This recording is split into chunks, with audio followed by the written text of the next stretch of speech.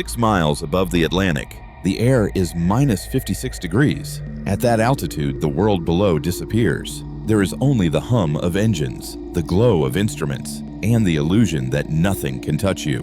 On the night of September 2nd, 1998, 229 people were suspended in that illusion. Within an hour, every one of them would be dead, not because of a storm, not because of a missile, but because of something small, something hidden behind the walls of the cabin, burning quietly where no one could see it.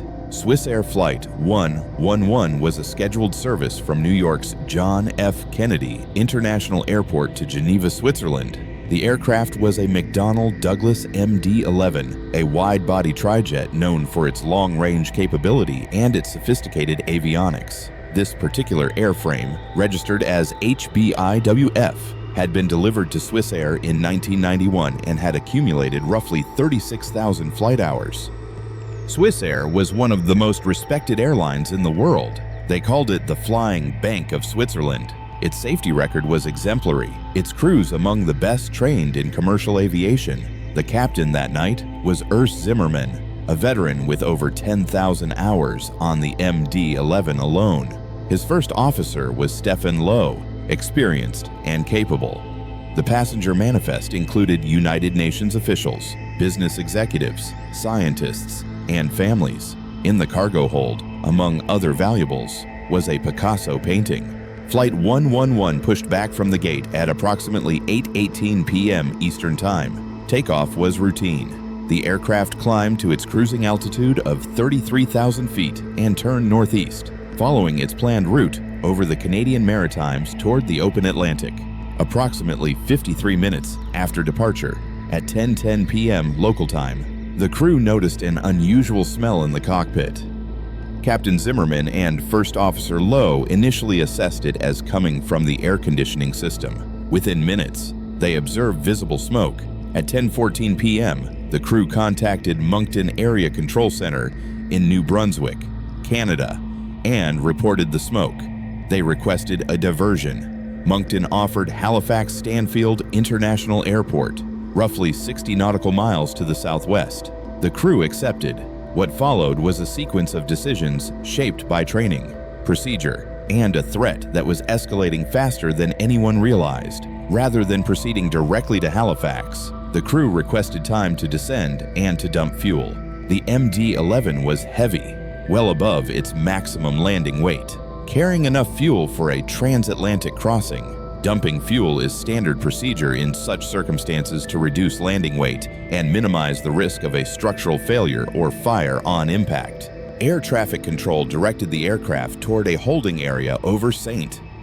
Margarets Bay, southwest of Halifax. But the fire behind the cockpit walls was not waiting. It was spreading through the attic space above the ceiling, feeding on flammable thermal acoustic insulation material known as metallized polyethylene terephthalate, or MPET. This material had been installed as a lightweight insulation blanket in many aircraft types. It was burning with extraordinary speed.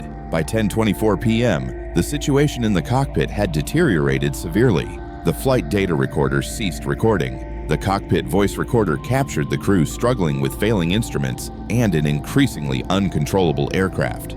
At 10:25 p.m., the transponder signal was lost. 1 minute later, Swissair Flight 111 struck the waters of St. Margarets Bay at a speed estimated at over 300 knots. The impact was not survivable. All 229 people on board, 215 passengers, and 14 crew members were killed instantly. The crash site was approximately 5 nautical miles off the coast of Peggy's Cove, Nova Scotia, a small fishing village that would become forever associated with this disaster. Local fishermen were among the first responders, pulling through dark water in the middle of the night, searching for any sign of survivors. There were none. The aircraft had disintegrated on impact.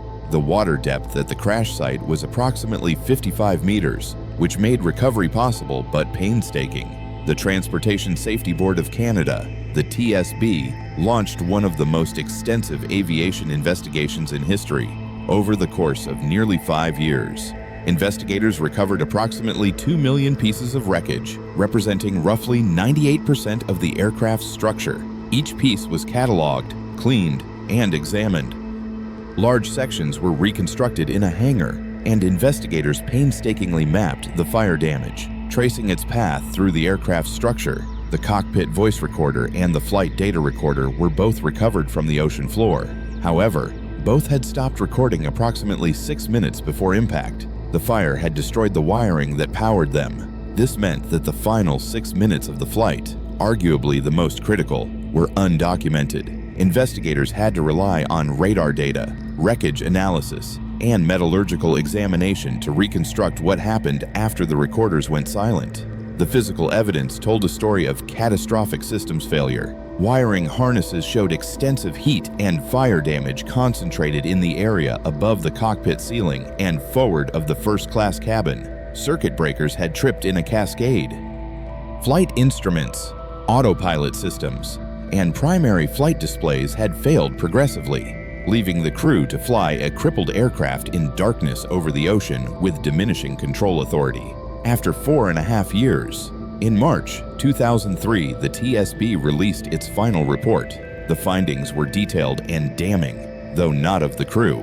The board determined that the probable cause of the crash was an in-flight fire that started in the attic space above the cockpit ceiling. In the area behind the cockpit wall, the fire originated from or near aircraft wiring and was fed by the MPET insulation blankets installed in the aircraft. These blankets met the flammability standards in place at the time of installation, but those standards, the investigation revealed, were inadequate.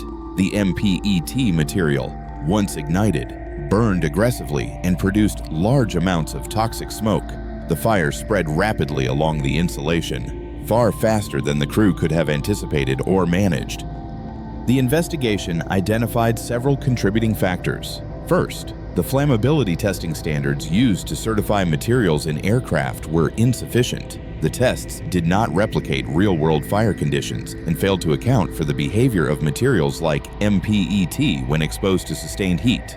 Second, the wiring in the area where the fire started showed signs of arcing, a phenomenon where damaged or degraded wiring produces electrical sparks that can ignite surrounding materials.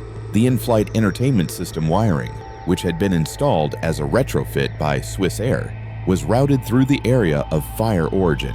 While investigators could not conclusively determine that this wiring was the sole ignition source, it was identified as a significant factor. Third, the investigation found that the checklist procedures available to the crew for dealing with smoke of unknown origin were inadequate.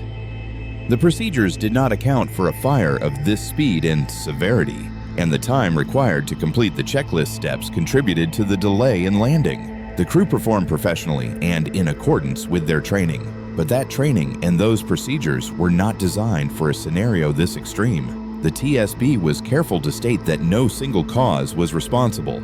It was a chain of failures in materials, standards, procedures, and certification that converged on that night. The aftermath of Swissair Flight 111 reshaped aviation safety in ways that persist today. The Federal Aviation Administration, responding to the TSB's findings, mandated the replacement of MPET insulation blankets in all aircraft operating under its jurisdiction. More than 300 aircraft worldwide were affected. New flammability standards were introduced for thermal acoustic insulation materials, standards that were significantly more rigorous than those they replaced.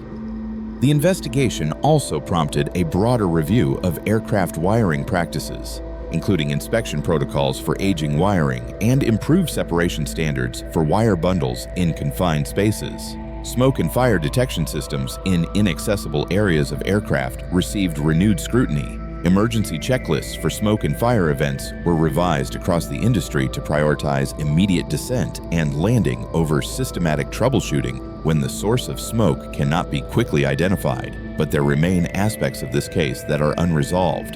The exact ignition source was never conclusively determined. The wiring in the area of origin was severely damaged by both the fire and the impact, making definitive identification impossible. Whether the entertainment system wiring or some other electrical fault initiated the fire remains, in the strictest sense, uncertain. What is certain is that 229 people died because materials that should not have been flammable were. because standards that should have been rigorous were not, and because a fire that should have been survivable became unsurvivable in a matter of minutes. The people of Peggy's Cove, who pulled wreckage and remains from the water in the days and weeks that followed, carry this memory still. 2 memorials stand on the rocky Nova Scotia coast. One was placed by the government. The other was built by the families of those who were lost. Swissair Flight 111 did not vanish into mystery. Its cause was understood, methodically and thoroughly. But understanding came too late for the people on board. The lesson it left behind is as simple as it is unforgiving. In aviation, the things you cannot see, the materials behind the walls, the wires above the ceiling, the assumptions inside the standards, those are the things that kill.